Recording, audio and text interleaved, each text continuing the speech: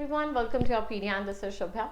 So in this video, I'm going to solve the PYQ of PALE that was conducted in 2019 for the branch of Electrical Engineering. Now do remember, whenever you're preparing for any organization, the PYQs play a very important role. And what are the most important significant portions which are extracted from particular, you can say, subject? In terms of English, related to PALE particularly, the important portions are your jumble sentences. Your vocabulary is very important, through which synonyms and antonyms are asked. Reading comprehension, which carried a set of 10 questions in this. Then is your basically about the fill in the blanks, which are asked in terms of parts of speech. That carries the most essential portions, such as your tenses based, phrasal verbs based, and the prepositions ones. Last but not the least, your spellings also play a very important role. So once you're preparing for this examination, make sure कि आप ये सारे topics को बहुत अच्छे से prepare कर रहे हो. And through this video, I'll be not only solving the previous year paper, but I'll be also guiding you certain rules which are very important to crack or solve any question. और कभी भी अपने आप को limit मत करो कि एक ही question है जिसमें spelling पूछा गया है, उसमें vocabulary भी है, तो उसको भी learn करो, discuss करो. Now let's get with the very first question which is given to us. It is based on the spelling. Though in this question I have corrected all the spellings just to make sure, जैसे वहाँ पे simultaneous की spelling गलत दिए हुए थे, SIMULTENEOUS दिया हुआ था. Here I have purposely corrected it out so that the very first question it is there, so I'll give you a visualization how you need to revise the words. Simultaneous का मतलब क्या होता है? जब दो चीजें एक ही टाइम पे एग्जिस्ट करती हैं and the spellings are corrected. Significant, कोई चीज बहुत ज्यादा इंपॉर्टेंट है, उसे बोलते हैं सिग्निफिकेंट, एंड CANT. इसके स्पेलिंग्स को अच्छे से याद रखना. सिचुएटेड है, कोई चीज उस जगह पे पोजीशन है, प्लेस्ड है, that is termed as situated. Silhouette. Now what is silhouette is? It's a dark solid shape of something and that is seen against a light background. जैसे बोलते हैं परछाई पड़ती है तो एक लाइट बैकग्राउंड है पीछे और बहुत एक डार्क सॉलिड सी शेप आ जाती है, उसे silhouette बोलते हैं. जैसे आजकल एक डांस की फॉर्म भी आती है जिसमें they give it a curtain type और उसमें एक डार्क शेप मूव कर रही है और ऊपर लाइटनिंग बढ़ रही है, उसे भी आप silhouette कर सकते हैं. स्पेलिंग्स याद कर लेना, SILHOUETTE. So this was the very first and I just want कि spellings के basis पे भी आप meanings याद करो. Second आ जाता है आपका fill in the blanks के basis पे. The fill in the blanks it is, आपको देखो ज़्यादातर fill in the blanks कैसे आए हैं? Tense के based पे आए हैं. Tense किसका पार्ट आ गया? Parts of speech का. If you want to go on holiday in summer, मतलब अगर आप holiday पे जाना चाहते हैं, you dash the bookings done at least 2 months in advance. अब आपको बुकिंग करवानी चाहिए. हैड पास्ट है, करवा चुके होंगे. हैड पास्ट है, करवा चुके होंगे. हैव कोई चीज चल रही है और अभी तक कंटिन्यूड है. हम क्या बात कर रहे हैं? जनरिक की. तो अगर आगे हम फ्यूचर की सपोजिशन दे रहे हैं तो पीछे भी क्या आना चाहिए? That would be in the simple present and it is better get the booking done at least 2 months in advance. तो ये तीनों हो गए आपके परफेक्ट फॉर्म्स. परफेक्ट होता है या तो कोई चीज पास से चली है और खत्म हो चुकी है, या कोई चीज पास से चल रही है और अभी तक चलती जा रही है, that is termed as a perfect tense. हम यहाँ पे बात करेंगे in the simple present, that is better get. Third question है, select the option that best gives the meaning of the underlined word. यहाँ पे आपका वर्ड जो था, एक सेंटेंस था, read that sentence for you. It is, he is absolutely the person you are looking for because I know him to be very scrupulous young man. I'll tell you the word which is given here. It is, that is your, there is some kind of a typing error and the word was SCRUPULOUS. अब एक scrupulous word दिया हुआ था, एक तरह का synonym ही हो गया जो आपको find करना है. और scrupulous के base पे कौन सा word लगता है? See, scrupulous is one जो बहुत ज़्यादा केयरफुल होता है, एक एक माइन्यूट चीज़ों की डिटेल्स पे बहुत अटेंशन पे करता है, that is termed as scrupulous. पहले तो ये देखो, ठीक है, ये हमारे पास पॉजिटिव है, मतलब अटेंशन, एक माइन्यूट डिटेल्स, डिटेल ओरिएंटेड है ये पर्सन, राइट? डिटेल वाइज आ गया, पर्टिकुलर है चीज़ों के लिए. एंथुसियास्टिक तो जोश वाला हो गया, रिस्पॉन्सिबल रिस्पॉन्सेज में आ गया. कॉन्शियस है, जो चीज़ उठा हुआ है, अवेक है. और एक कंसाइसिस आ जाता है जिसको हम बहुत ध्यान से अटेंशन के साथ करते हैं. So what you have to find is, you have to find the near synonym. अब ये क्या आ गया? कॉन्शियस, जो पर्सन क्या है? अवेक है. अवेक का कोई लेना देना नहीं है डिटेल्स के साथ. एंथुसियास्टिक, जो बहुत ज्यादा जोश में है, यहाँ पे एनर्जी का भी कुछ लेना देना नहीं है. रिस्पॉन्सिबल, जो चीजों को अटेंशन के साथ करता है. कैन बी क्लोजर, अगर हमारा ये वर्ड सूट नहीं करता है. कंसाइशियस मीन्स इज कोई भी चीज है जिसमें हम बहुत ज्यादा पर्टिकुलर अटेंशन पे आउट कर रहे हैं. अब attention and detail they coincide and this is the right word. So that is you find a near synonym and this is based on the options which are being provided. Whenever you are learning the vocabulary, don't mug it up, try to understand because आपको चारों option में से जो near synonym होगा वही ढूंढना है. Next is your where it is incorrect word. Okay, अब quote word दिया हुआ है, ये 4 sentences हैं, इन चारों में quote का usage जो है कहाँ पे गलत वे में किया गया है. He has been courting Eliza for 6 months. Okay, मतलब courting Eliza का मतलब हो गया that is he is having an romantic relations, a kind of an affair with Eliza for last 6 months. Don't worry, he will come as a matter of court. He will come as a matter of court. It is always in the matter of court. In the matter of court होता है जैसे हम decisions लेकर जा रहे हैं, वो as a matter of court कैसे आ सकता है, कोई person थोड़ी आ सकता है, तो हमें doubt है इसमें. The prisoner was brought to court for trial. ठीक है, उसको कोर्ट ले जाया गया ट्रायल के लिए, ये भी ठीक लग रहा है, ये भी ठीक लग रहा है अभी तक. The court went into mourning when the king's uncle dies. मतलब सारे के सारे जो थे वहां पे लोग बैठे हुए थे, जैसे कोर्ट होता है दैट इज आपने देखा होगा किंगडम में जैसे किंग्स बैठा है उसके साथ कुछ और उसके that is in I would say in the lower in the category, तो वो सारे बैठे हैं, not the servants but everyone else, that would be termed as they were mourning when the king's uncle died. So that is a kind of the grief ceremony which was conducted in the public figure. So ये भी ठीक है. तो एक है he will not come as a matter of court is wrong, एक तो in the matter of court होता है, that is the phrasal. अगला आ गया फिफ्थ आपके पास jumbled sentences. I always say जब भी आपको jumbled करने हैं आपको हमेशा noun जरूर find करना है jumbled में, ये याद रखना आप, ठीक है. Let's get started. The runs gather for, अब हमारे पास ये 4 options हैं. डेंस के साथ कभी नहीं शुरू हो सकता हमारे पास जम्बल्ड सेंटेंस, ठीक है. देयर इज एन एनॉर्मस के साथ भी अगर हमें पहले नाउन फाइंड करना है, नाउन है in mother's house the runs gather for 2 hour, मतलब हमारा जो है सेंटेंस अगर हम इसको ABCD लिख लेते हैं एक बार, ABCD मतलब ये कैसे स्टार्ट होगा, B से स्टार्ट होगा, तो जो बाकी ऑप्शन है D वाला और D वाला ये तो खत्म हो गया, हमारे पास ये 2 ऑप्शंस बचे हैं, right. You can have a screenshot and solve it your own. Then is अच्छा in the mother house the day begins at 4:30 AM. Okay, उसके बाद हम करेंगे 2 ऑप्शंस हैं. Then they get to work, who gets to work, we don't know कौन get to work, तो मतलब D कम chance लग रहा है. ए पढ़ते हैं the nuns gather for 2 hour session for pair. Okay, it would be nuns. Okay, the nuns gather for 2 hour session for prayer and dedication. Obviously mother's house है तो nuns हैं वहां पे और मेडिटेशन करते हैं, तो इट इज डी. आपको पूरा सॉल्व करने की जरूरत नहीं है, half of it will help you to solve it out. So fifth का आ गया डी ऑप्शन. नेक्स्ट आ गया फिर से गलत वर्ड को आप करेक्ट कीजिए. Select the incorrectly spelled word and also you have to learn the meaning. Extraneous होता है जब कोई चीज है कोई पॉइंट के साथ रिलेटेड नहीं है, एक्स्ट्रा से याद रख लीजिए, that is extraneous, that is not related, not in use, not to the point, irrelevant, इसको हम बोलते हैं extraneous. स्पेलिंग से याद कर लेना एक बार, इसके स्पेलिंग ही हमें चेक करना है. एक्सटिंग्विश आ जाता है, कोई चीज है जो अगर आप बोल सकते हैं in terms it is causing something that is burning, जैसे extinguisher की यूज करते हैं, burning हो रही है तो उसको fire extinguisher we use it out to stop the burning. extinguish होता है खत्म करना, to stop the burning हो गया. next it is your is exuberance. exuberance क्या होता है? exuberance is basically जब आप full of energy होते हो, बहुत ज्यादा एनर्जी के साथ होते हो, that is termed as your exuberance. exuberance that is termed as full of energy. Do remember the words, do remember the vocabulary too. Next is your extravagance. अब extravagance का मतलब क्या आता है वैसे? That is your the one who is spendthrift. यहाँ पे इसके गलत है, तो इट इज जैसे आप बोलते हैं ना एक्स्ट्रा, जो बहुत ज्यादा पैसे खर्चता है, that is termed as your extravagant fellow.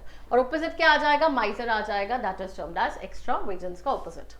Next is again a synonym you have to find and the word is given as reprobation. Reprobation is a word and reprobation जब री आ गया है, दैट इज किसी चीज के against आप approve कर रहे हैं, that is your disapproval to something, that is termed as your reprobation. तो यहां पे आप चाहें डिसअप्रूवल लिख लीजिए, ठीक है. डिसअप्रूवल आ गया. अब खुद से सोचिए कि क्या वर्ड आ सकता है. ये डिसअप्रूवल मतलब एक तो ये आ गया नेगेटिव वर्ड है. सैंक्शन होता है एक तरह का दे देना किसी को, पॉजिटिव में आ जाता है, ठीक है, किसी को परमिशन दे दी मैंने.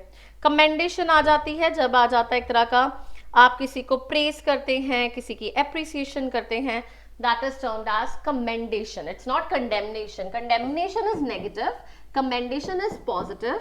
इवन सैंक्शन आप ऑफिशियल परमिशन कर सकते हैं, that is also positive. Ratification जो आ जाता है, that is also a way of, you can say, आप किसी को कंफर्म कर देते हैं, रेटिफाई करते हैं, ठीक है मेरी तरफ से गारंटी है, मेरी तरफ से मेरी वोट फाइनल है, I ratified that person. That is your official confirmation to something is termed as ratification. Again it's a positive word. एक ही नेगेटिव है, आपको सिनोनिम फाइंड करना है, ये भी नेगेटिव है, तो कंडेमनेशन आ गया. It is also criticising someone, तो 7 का आ गया C option. Next is your select the option which is not an antonym of another word by adding in. In लगा के जो वर्ड एंटोनिम नहीं बन रहा है. फाइनाइट का ऑपोजिट इनफाइनाइट है, ठीक है. इनडाइजेशन, डाइजेशन का ऑपोजिट इनडाइजेशन. फर्टाइल का ऑप्शन इनफर्टाइल. लेकिन इनिशिएटिव में it is not a prefix in in, तो इनिशिएटिव तो खुद ही वर्ड है स्टार्ट करना. सो हियर 8 का C option is wrong. Next again come with the word जिसका यूसेज गलत है, that is figure. We are figuring a strong team in the next tournament. क्या आप फिगर करते हैं next team in a strong tournament? थोड़ा doubt हो रहा है, क्योंकि ये होते हैं वर्ड्स जिसमें आपको राइट यूसेज ऑफ वर्ड्स होना चाहिए. आप कभी टीम को फिगर नहीं करते, आप फाइंड कर सकते हैं. That is not right till now. Day after day strategy, the figures for the dead and missing kept rising, ठीक है, नंबर इंक्रीज हो रहे थे. The black board was covered with geometrical figures, ठीक है, उसकी वो आ गई कुछ ऑब्जेक्ट्स के साथ आ गया. And a 6-figure salary, figure salary भी ठीक है. तो मतलब the one word it is your, we are figuring a strong team in the next tournament. 8, 9 का हो गया A option. Again go for the jumble sentences, ठीक है. अब फिर से इसका jumble हमेशा रूल्स के साथ करोगे, it would be much helpful for you guys because that would be helping कि किस तरह से आपको चीज को ढूंढना है, right? Let's start it out. Again, आप पहले दिस से स्टार्ट नहीं हो सकता. इट के साथ भी इट इज ऑलवेज प्रोनाउन कोई दे रहा है. इफ इट हैड, मतलब ये हमेशा टू से, बी से स्टार्ट होगा. बी से हमारे पास ना तो ये वाला ऑप्शन और ये ऑप्शन कैंसिल, 2 ऑप्शन बचे हमारे पास. अब कर लो next try. A ratifying visitor arrived 1 day later in the voyage. तो मतलब किसी विजिटर की बात कर रहे हैं और अब विजिटर ने अराइव किया, एक दिन लेट आया है वॉयज में. अगला हमारे पास यहाँ पे ऑप्शन है, it followed the raft for 12 hours and something bumped against it. तो हमने राफ्ट या उसकी कोई बात ही नहीं की है. This was a huge and unfriendly swordfish. तो it can be, what is swordfish guys? Swordfish को ढूंढना जब ऐसे वर्ड्स आए ना आपके पास, सपोज ड्राफ्ट आ गया, नहीं पता आपको बम्प्ड का मतलब टकराना, मतलब सपोज आपको ये वर्ड्स नहीं पता है, इनको भी अंडरलाइन करके, वॉइस का मतलब नहीं पता, स्वॉर्डफिश का मतलब नहीं पता, ऐसा कोई भी वर्ड है जो आपको नहीं पता होता है, डू अंडरलाइन इट आउट. एक तो इसका डॉक्यूमेंट निकाल लेना, वो आप वर्ड खुद से भी डिक्शनरी जाके ट्राई कीजिए. I am already trying to list you the maximum.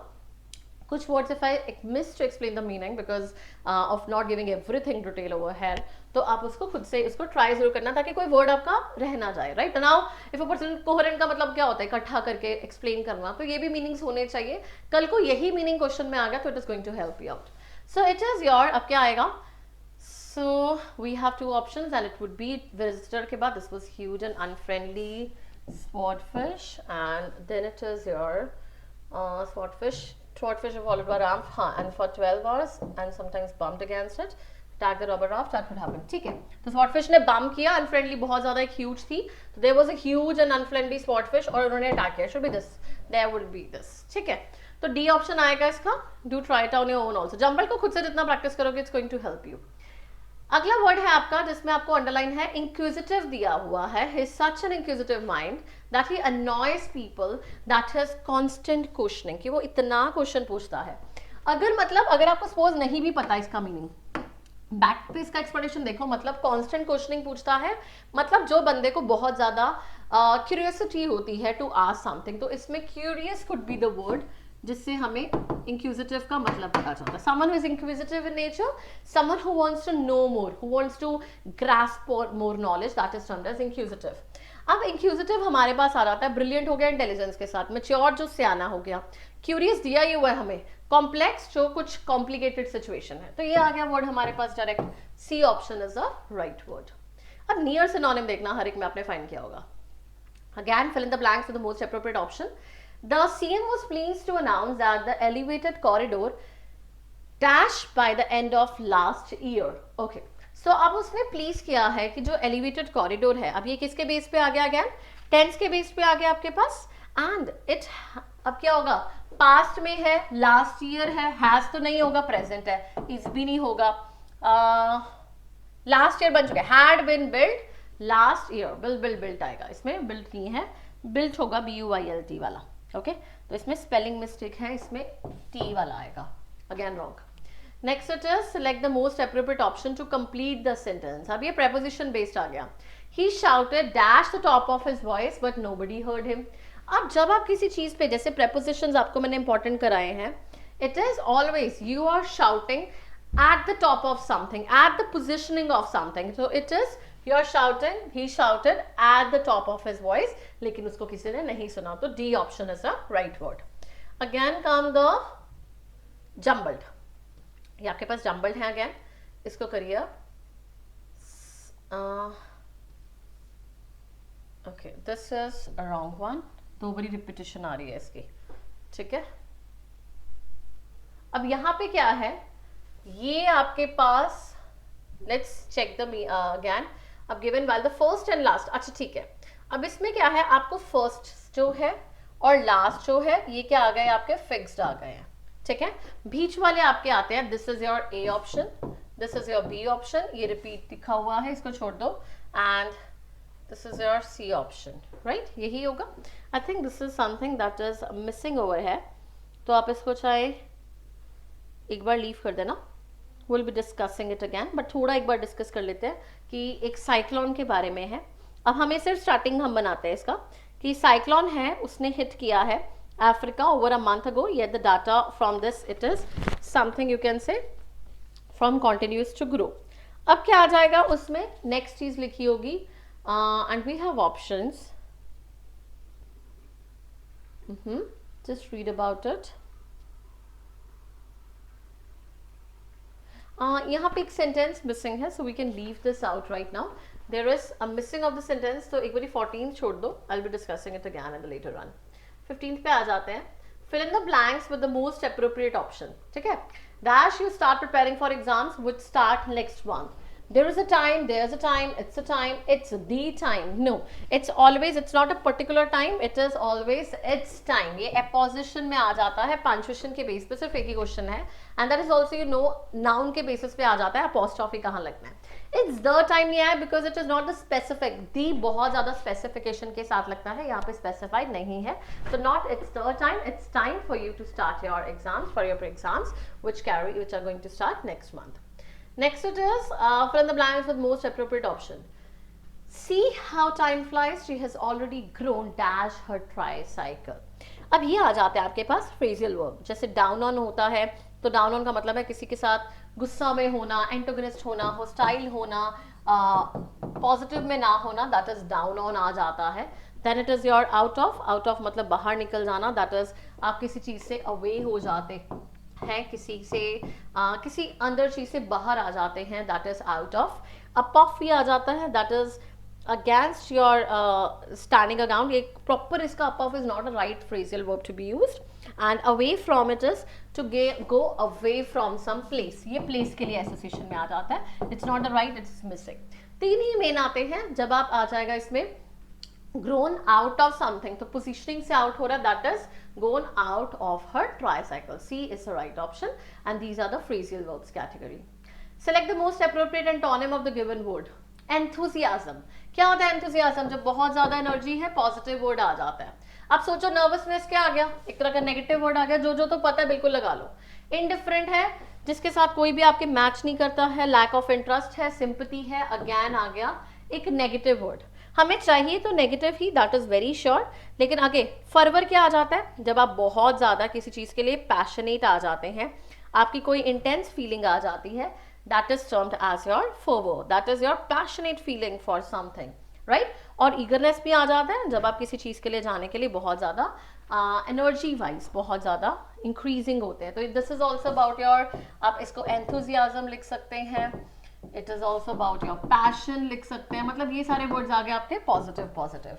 मुझे चाहिए एंटोनिम चाहिए मुझे एंथुजियाज्म का, मतलब पॉजिटिव का क्या चाहिए मुझे, नेगेटिव वर्ड ही चाहिए। अब इसमें क्या आ जाएगा, इसमें इंडिफरेंस हो गया लैक होना, इसमें तो हो गया डरा होना, तो it would be an A option. 17 का क्या आ गया आपके पास, A option. Next is 18, select the option for the usage for the given word that is incorrect. File का हमें जहां पे गलत वर्ड दिया है, he was fined for not returning the book on time. Do you think you get filed, you get fined, you get penaltified for that, right? तो ये आपका गलत है। He will walk in a single file on this narrow path. That is in a single lane आ जाता है, that is single lane में जब आप walk करते हो। When I met her last, she was filing her name, she was like it is maintaining her nails. I searched for my personal file, here it is a noun. He was personally, he was filed for not returning the book on time, it is wrong, A option गलत आता है। 19 पे आ जाओ। Select the option which is not an antonym of another by adding prefix dis. अब उसी तरह से जो dis लगा के अपना मीनिंग चेंज नहीं करता है, क्रेडिट डिसक्रेडिट कर देता है, एग्री डिसएग्री कर देता है, colour discolour it does it out, yes. अगर आप कलर का भी देखते हैं तो डिसकलर एक राइट वर्ड नहीं आता है।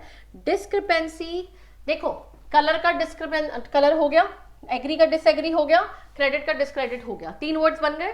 आ जाओ डिस्क्रिपेंसी पे, क्रिपेंसी कोई वर्ड नहीं है, तो discrepancy in itself does not has a prefix of dis, मतलब डिस्क्रिपेंसी होना किसी चीज की कमी होना, किसी चीज का थोड़ा मार्जिन कम होना, that is termed as discrepancy. तो B is a right word, sorry B is a option जहां पे आपका डिस लगा के एंटोनिम नहीं बन रहा है।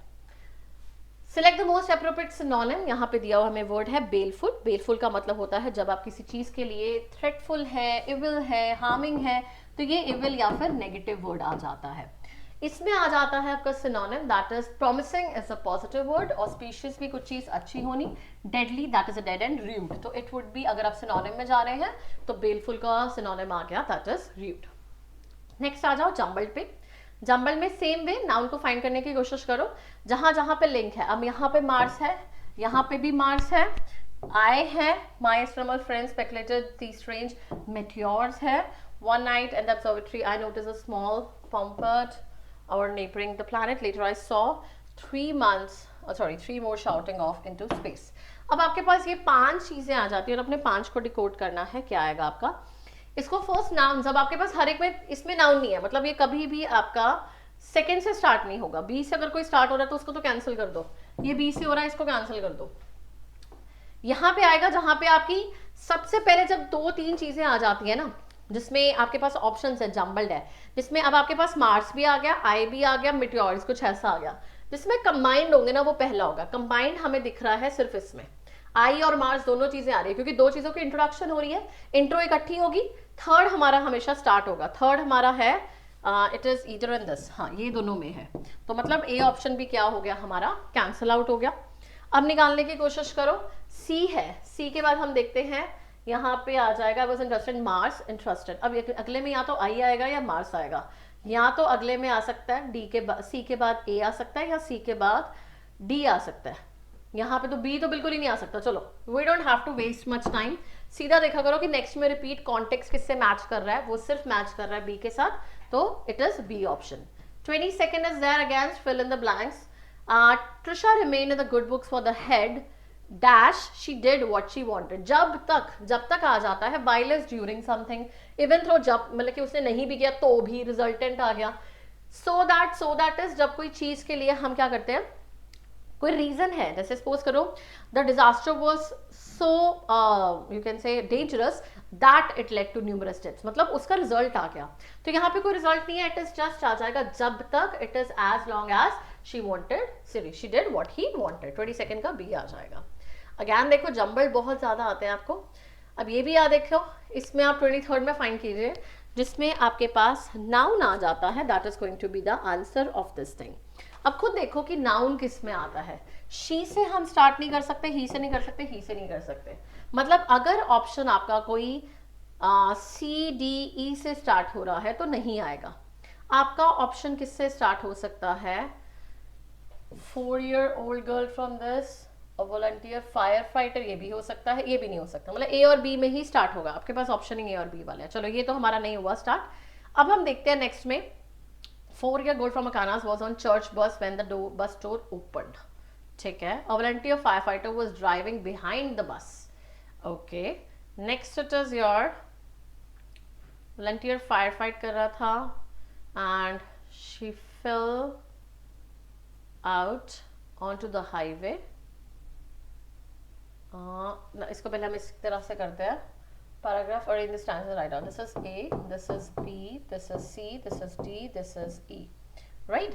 अब आप देखते हैं हमारा या तो ए से होगा स्टार्ट या हमारा बी से स्टार्ट होगा, ए और बी से स्टार्ट हो रहा है। अब यहाँ पे अगर हम स्टार्ट करते हैं, एक गर्ल के बारे में स्टार्टिंग हो रही है, ठीक है, एक गर्ल का आ गया 4 ईयर अकानास वाज दिस, क्योंकि जब शी आ रहा है तो वो तो उसके बाद आएगा, after the name of the girl only the she will be there, right.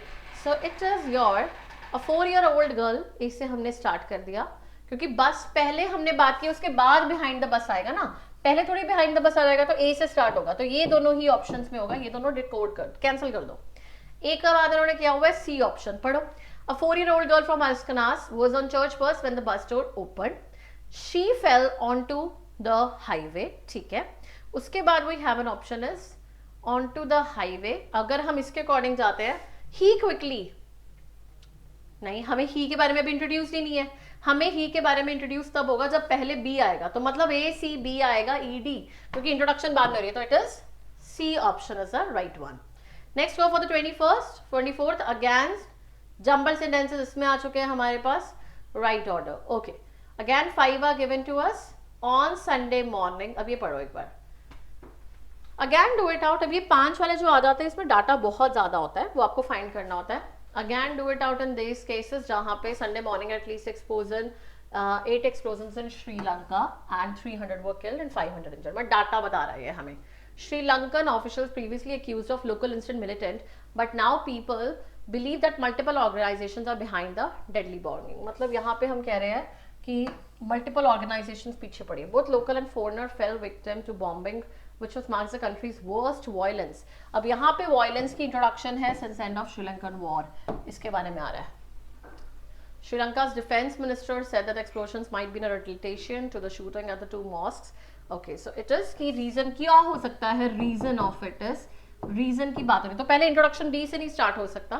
ISI has claimed responsibility for bombing via its Amaq news agencies, but it did not provide any evidence. अब एक claimed agency आ गया है, according to the Association Press, Sri Lankan security agencies had previous warning, मतलब यहाँ पे पहले ही warning थी, previous आ गया, इसमें warning दी हुई थी। अब यहाँ पे देखो हमें पहले हाईलाइट किसके बारे में हो रहा है कि क्या है एंड ऑफ, इसके बाद स्टार्ट हुआ है, तो मतलब हमारा स्टार्ट किससे होगा, सी से स्टार्ट होगा। This is going to be either of the option, ये दोनों हमारे हो जाते हैं कैंसिल, राइट। अब यहाँ पे आएगा पहले तो आ जाएगा सी, इसके बाद या तो बी या फिर आप डी देखो। It is country's worst fallen thus, Sri Lanka's defense minister said explosions might be in relation to this shooting of this। यहाँ फिर ऑप्शन है Sri Lankan officials previously accused but now people believe multiple organizations। पहले हम reason करेंगे फिर उसकी accusations निकालेंगे, तो सी के बाद डी आना चाहिए। It is D option is the right one, क्योंकि इसमें बाकी आपको बताने की जरूरत नहीं है, सीक्वेंस ही स्टार्टिंग में सी और डी की बन रही है। थोड़ा सॉल्व करो खुद से भी। If you're not able to record see anything, आप उसको कमेंट्स में बता देना। I'll try to take only those questions and I'll be explaining those again in details, right? Fill in the blanks with the most appropriate option. Dash's son sends money, Gopal Prasad cannot buy clothes for the winter. जब तक इसमें आ जाता है आपकी situations, एक present में है, एक पास्ट, एक पॉजिटिव एक नेगेटिव। पॉजिटिव नेगेटिव सिचुएशंस कहाँ होती थी, अनलेस के साथ होती थी, हमने पढ़ा था अनलेस के बारे में। 2 सिचुएशंस होंगे और अनलेस के बिल्कुल साथ कभी भी नेगेटिव नहीं लगेगा, इसके साथ नेगेटिव नहीं लगा हुआ, इसके साथ लगा दो फिर अनलेस, कुछ और सोचने की जरूरत नहीं है, that is done. So it's a very easy one, unless until में बहुत क्वेश्चंस आपको आते हैं और कोई ऑप्शन दिया ही नहीं होगा आपको। Next is again jumbled. अब इसको भी देखो करो। सी जम्बल्ड में जितना खुद से प्रैक्टिस करोगे, हाथ से निकालोगे, it's going to help you out, because particularly it is about कि आपने प्रिसाइजनेस देखनी है कहाँ से आएगा, राइट। अब यही ऑप्शन है, इसको पहले कन्वर्ट कर लो, A B C D E.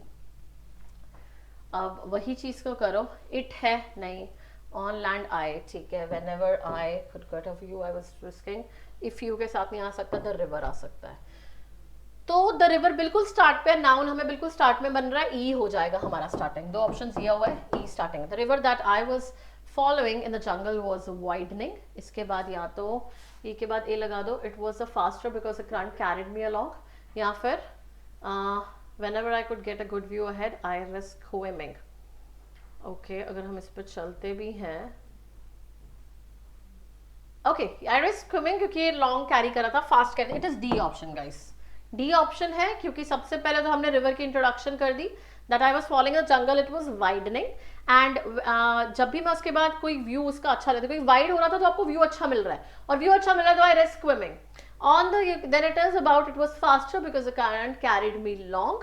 Then it is on land, I picked my way, careful to watch where I put my feet. And then it is, if you treat a crab, I told myself you're done for. So this is a sequence and the option is D1. ये तो आपको पूरा solve करने की जरूरत ही नहीं है।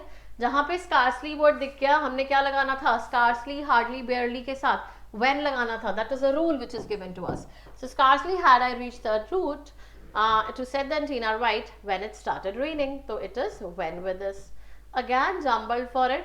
Again इसमें देखो the guide है, we है, किसके साथ स्टार्ट हो सकता है, तो फिर से वही चीज है, हमने पहले नाउन ढूंढना है, what can be the right option over है, एंड इट इज आपके पास गाइड मेन नाउन आ जाता है, तो ए से स्टार्ट होगा, सारे ऑप्शंस ए से ही स्टार्ट हो रहे हैं। देन इट इज, आप नेक्स्ट में देखो, the guide warned us that we could have to climb 937 steps to reach the top of the ancient tower, right? Tower की बात हो गई इसमें। We occasionally passed small windows out onto the wall steps, but we lost patience. As we gave little fight, we felt as if we were going round and round the dark tunnel. Okay, तो हम इसके साथ link कर रहे हैं, तो it is first के बाद 4 आ रहा है, तो A के बाद हमारा एक minute, we occasionally, no, it's not there, एक सेकेंड, जस्ट दोबारा करते हैं।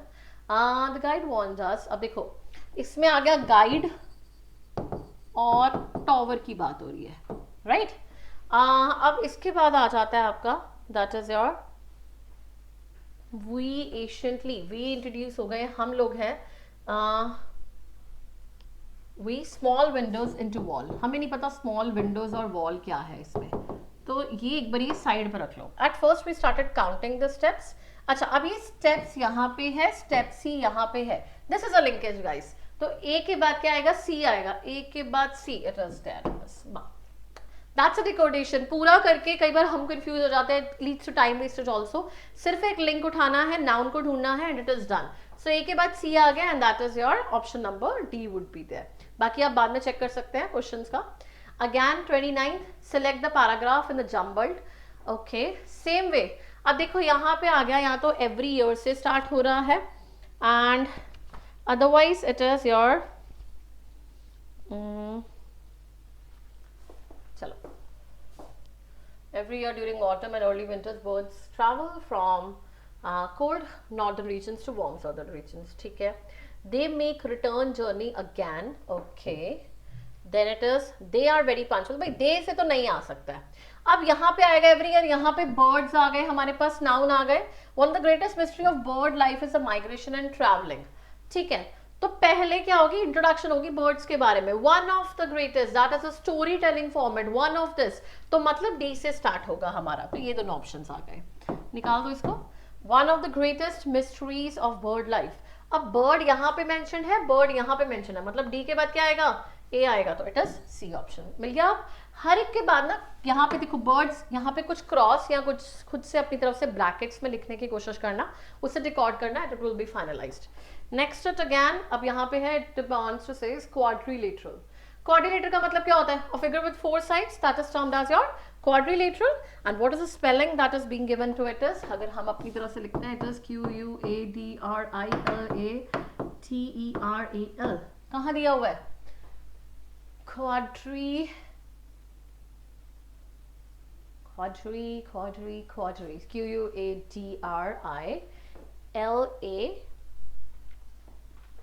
अच्छा, ये दोनों सेम दे दिया उन्होंने, तो इट इज लाइक वन, यहाँ पे एक ऑप्शन गलत था, तो आप कोई भी ऑप्शन इनमें से अगर सेम है तो स्पेलिंग से याद कर लो, that is the only thing which I will be telling. Same भी आप कंट्रोल देखना है, कंट्रोल वर्ड गलत दिया हुआ है आपको, ठीक है? So just to check, keep the population in check, birth control methods, ठीक है? Birth control methods term exist करती है, why you are losing control of yourself, ठीक है? We can not do, we can do nothing except let control take its own course। क्या control क्या करेगा, अपना कोर्स लेगा, it's not a noun over है। The pilot began panicking when the control of the aircraft, ठीक है? Control the aircraft आ गया, मतलब इट इज सी ऑप्शन जो हमें अटपटा लग रहा है, and that is something that is not giving us a right start और right meaning of the word control in this sentence. अगला आ गया आपके पास करेक्ट स्पेल करना है, हीनियस को लेकर आपको स्पेलिंग सही करने हैं. What do you mean by heinous guys? That is something that is which, that is something that is evil, that is something disgraceful, and it is HEINOUS, heinous. अब ये आपको वर्ड यहाँ पे नहीं है, that's not there, it's HEINO, you know दोनों सही है दिया. तो it's a heinous, that is a spelling. Next is again that is related to synonym, that is your fortitude दिया हुआ है आपको. फोर्टिट्यूड का मतलब क्या होता है? देखो fortitude it's a positive, Fortune जैसे होता है ना पॉजिटिव होता है, फोर्टिट्यूड भी आ जाता है, आपका करेज आ जाता है, आपका फेथ आ जाता है, आपकी एनर्जी आ जाती है, पॉजिटिव मीनिंग आ जाता है. अब पैथी जब आप चीज़ों को क्या करते हो, न्यूट्रीफाई कर देते हो, आप इनडिफरेंट हो, आपको कोई लैक है, दैट इज आपको कोई उससे इंटरेस्ट नहीं है, कंसर्न नहीं है, that is termed as your apathy. Courage positive आ गया. graciousness होता है the way you carry with the grace, with the kind of you can say immense positivity, that is graciousness. lethargy negative आ गया, that is your आपका थकान है, आप बहुत tired है, that is termed as lethargy. अब आपका synonym चाहिए courage के साथ लगता हुआ, that is your C option is already given with the term courage only.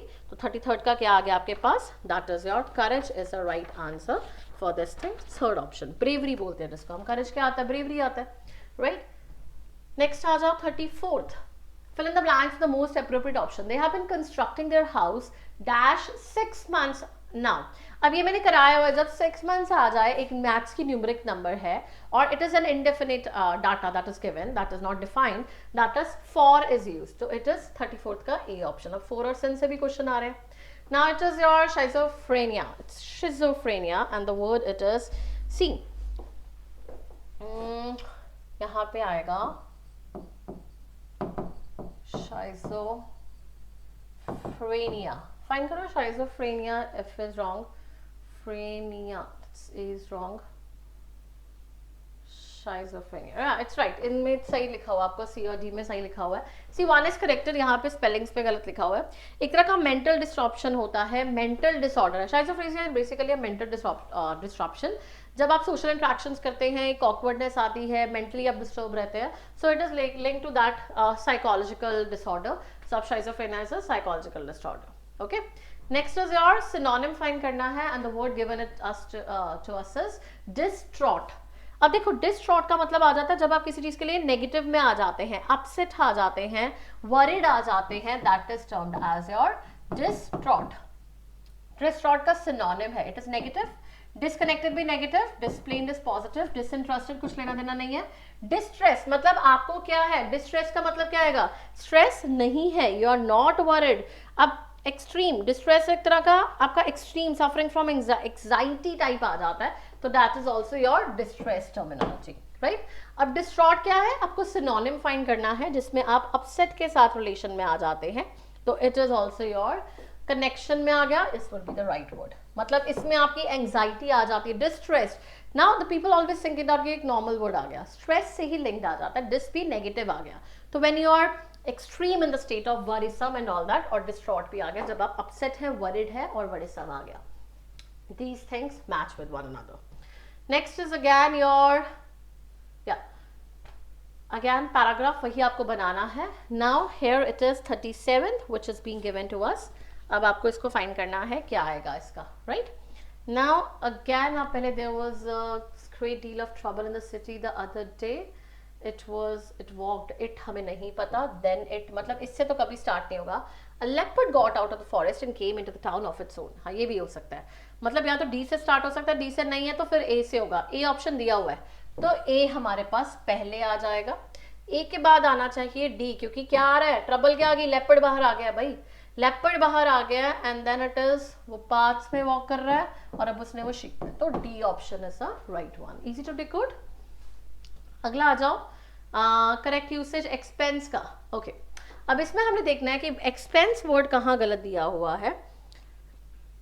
A man of your expense should do well in accounts, though it is about the persons who give, who's very much into expenses, जो खर्चा करता है, that is termed as a man of your expense. They should do well in life. That's not the right thing. He became a good scholar, but only at the expense of his health. ठीक है, अच्छा, लेकिन उसने health को sacrifice किया. We had a good laugh at his expense. उसके सारे efforts से, and we had really the best of the time.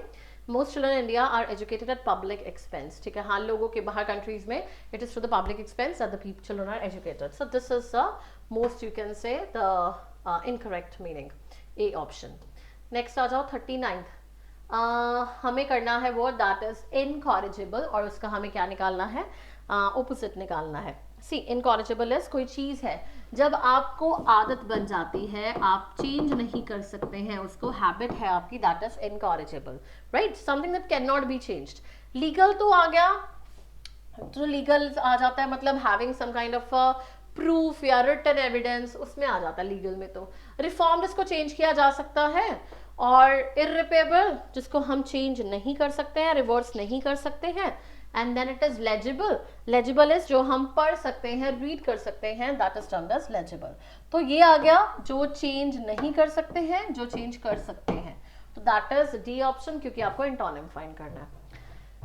Fill in the blanks with the most appropriate option. Preposition: the secretary dispensed dash the services of a dishonest assistant.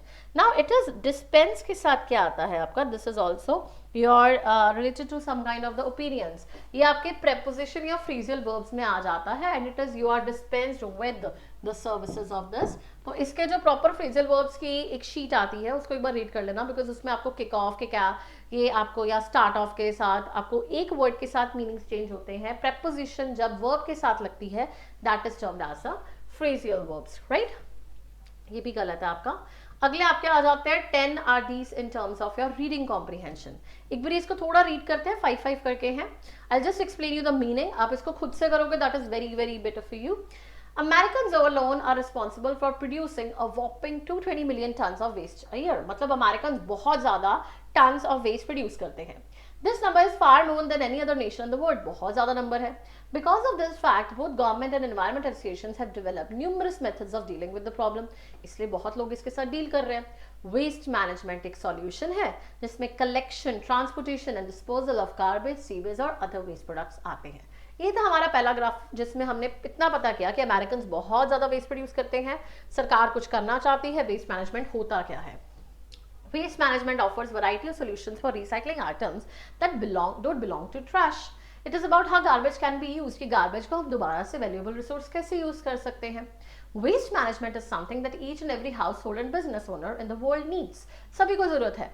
Waste management disposes of the products and substances that you have used in safe and efficient manner.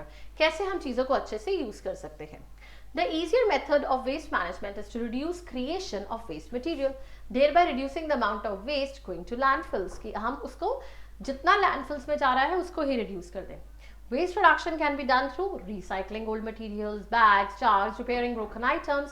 Instead of buying new ones, हम क्या करें, पुरानों को repair करें और avoid करें use of disposable products, plastic bags को avoid करें, second hand items को हम रीयूज करें।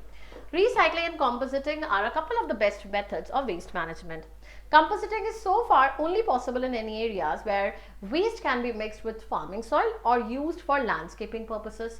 Recycling is widely used around the world, with plastic, paper, metal leading the list of the most recyclable items. There are certain waste types that are considered as hazardous and cannot be disposed of without special handling, which will prevent contamination from occurring. Biomedical waste is one such example. This is found in healthcare facilities and similar institutions. The special waste disposal system for this unit is in place to dispose of this type of waste. अब जब भी कोई paragraph पढ़ते हो कोशिश करा करो, you just made certain highlights कि इसमें बायोमेडिकल वेस्ट के बारे में है, इसमें रिसाइकलिंग और कंपोजिटिंग के बारे में है, इसमें वेस्ट रिडक्शन कैसे कर सकते हैं उसके बारे में है, वेस्ट मैनेजमेंट में क्या आता है और अमेरिकन क्या करते हैं। आपको बाद में क्वेश्चंस पढ़ना और करना ईजी हो जाएगा। अब ये है कि हमें क्या डेफिनेशन देता है, कॉम्प्रिहेंसिव डेफिनेशन क्या है वेस्ट मैनेजमेंट की, वो हमें बतानी है, राइट। सो इट इज, पहले पढ़ते हैं हम इसको। क्या waste management is recycling elements items that don't belong to trash, disposing of the used products and substances in safe and efficient manner. It is collection, transportation and disposal of waste, sewage and other waste products. ये first paragraph में mention था and it is C option is the right one, right? Next आ जाते हैं, अब इसको ये है आपका फर्स्ट से ही निकल गया। Again the second question, which is not true according to the passage. अब क्या है जो पैसेज में हमें चीज मिसिंग लग रही है। Specialised disposable system is required for biomedical waste, ठीक है, बायोमेडिकल वेस्ट के बारे में मेंशन था। Avoiding use of disposable waste products like plastic bags is a way of recycling waste. नहीं, उन्होंने ये नहीं लिखा, उन्होंने लिखा है कि प्लास्टिक को नहीं यूज करो, पर वो रिसाइकल कर रहे हैं मुझसे, नहीं रिसाइकल तो नहीं हो रहा। Composting is done in areas where farming soil is used, या and waste reduction means recycling old jars bottles. ठीक है, तो इसमें 40 सेकंड में आ रहा है हमारा बी ऑप्शन कि हम अगर अवॉइड कर लेंगे तो ये रिसाइकल हो जाएगा। नहीं, अवॉइड से रिसाइकल कब से होने लग गया, ये तो गलत लिखा हुआ है। थर्ड आ जाओ। हाँ, what kind of waste is considered hazardous, मतलब कोई वेस्ट जो हमारे लिए बहुत ज्यादा बुरा है, कौन सा आता है? देखो ऊपर जब लिखा हुआ था इट वॉज रिलेटेड टू, यहाँ पे आता है there are certain types of waste. अब देखो biomedical is waste is one such, और अगर हम जल्दी से टिक कर देंगे हम प्लास्टिक पे टिक कर सकते हैं, वो गलत है। बायोमेडिकल वेस्ट लास्ट पैराग्राफ में यही लिखा हुआ है। अगला देखते हैं हम, this is your fourth one through this passage. यहाँ पे the answer is already given हुआ है, तो पैसेज इज मेनली अबाउट किस चीज के बारे में है? Methods of waste management, right. And the next is which of the following items is not recyclable। अब recyclable item कौन सी नहीं है आपकी? that is your one and only, that is कौन सी होती है? we all know। अब हमें लगता है प्लास्टिक वेस्ट, लेकिन अगर आप उसमें ऊपर जाके अच्छे से देखेंगे, let us confirm, plastic waste में basically I tell you one thing, plastic से भी ज्यादा आ जाता है जो आपके हॉस्पिटल के वेस्ट होते हैं। सो इट इज, यहाँ पे line it was there, it was given, it is hospital waste.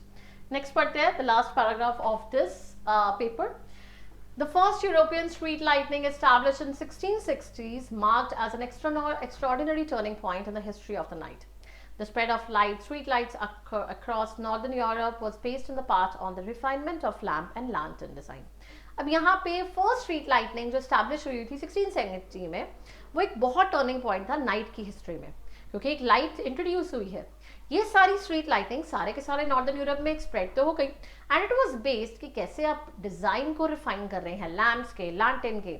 The decisive steps was taken in Amsterdam where the painter and inventor John van Hayden experimented with the 1660s with oil lamp and glass with little, you can say, glass paint lanterns. Lamp lanterns of this his sophisticated design made Amsterdam the first European city to install truly effective street lighting. Admiring the city, the German student Friedrich Lucke commented that in the evening, the entire city is illuminated with lanterns so that one can press through the crowds of people just as in broad daylight. When we see the early modern street lighting as an international development, the political initiative to establish the lighting becomes especially significant. Despite its presumed benefits, city councils were not eager to incur the new expense of public lighting. Patricians in the self-governing cities such as Amsterdam, Hamburg choose to set up and pay for street lighting themselves. But there were exceptions. In most cases, territorial rulers established the lighting in their capital cities and forced their subjects to pay for it. In cities including Paris, Turin, Berlin, Vienna, the initiative came from monarch, and in London, Western private street lighting companies contracted with the city to light specific street and collect the corresponding fees. In Dublin, Lubbock, individual entrepreneurs tried to provide the service. Now the introduction of street lighting in Paris कब आई थी? 1667 में, Louis IV की time, was the first of the cases of the royal initiative to provide public lighting. Jean-Baptiste proposed the street lighting in December 1666. He and his uncle Henry carried out the lighting project 1667 में. The lighting and improved street cleaning were financed by the new tax of mud and lanterns, which became the only significant direct tax on householders in Paris under the old regime. 1702 में there were 5400 public candle lanterns in place across the city lit from October to March. अब है how was the concept of street lighting guys established in London। अब ये है, हमें भी पता कि कैसे हुआ था, एक प्राइवेट कंपनी थी जिन्होंने लाइट्स को इंट्रोड्यूस किया and collected the fees. It is your B option. ये थोड़ा सा ध्यान से पढ़ने वाला, एक इजी आएगा एक टफ आएगा। After reading the passage it could be, it is an extract form, कहाँ से है?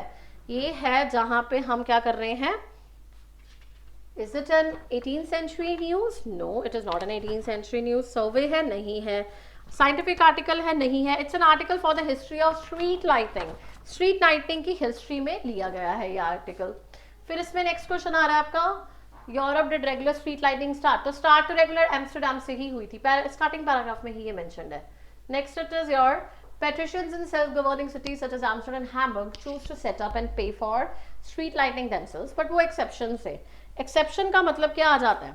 Exception का मतलब सिंपल है कि किसी और ने नहीं किया था, तो exception है they set an example for others, नहीं, no one else did what they did, किसी ने वो चीज़ नहीं की, तो B ऑप्शन आ गया. Last है which inventor designed street lights that were suited to light the streets of Amsterdam? तो किसने किया था? ऊपर नेम्स मेंशन है, you can also revive it out. तो बिल्कुल स्टार्टिंग में जानवर डे हैडन का नाम था जिन्होंने ये स्टार्ट किया था विद द इंट्रोडक्शन एम्स्टरडम. तो कुछ स्टार्टर्स ही नेम्स है, एक एक पैराग्राफ जब पढ़ते हो साइड पे हाईलाइट्स बना लिया करो. It's going to be making your RCs very easy for you guys. So all the best. And I think ये पेपर आपको अच्छे से ग्रास्प हो चुका है. Only one question I left it out because one part उसका missing था. And rest is done. And कोई भी problem है तो you can drop up in the comments. And this is the best of the strategy. You can go for भेल. तो अच्छे से spellings prepare करो, vocab prepare करो, jumbled पे जाओ, jumbled में practice करो ज़्यादा से ज़्यादा, nouns, verb, फिर उसके बाद ढूंढो किसके context match होता है या repetition आती है, RCs की practice करो. और parts of speech को मत भूलो क्योंकि उसमें से 2-3 questions आपके parts of speech के भी थे, कम थे, but you have to do it out. So all the best, keep preparing. I'll be coming up soon with the next papers, next PYQs of other branches too.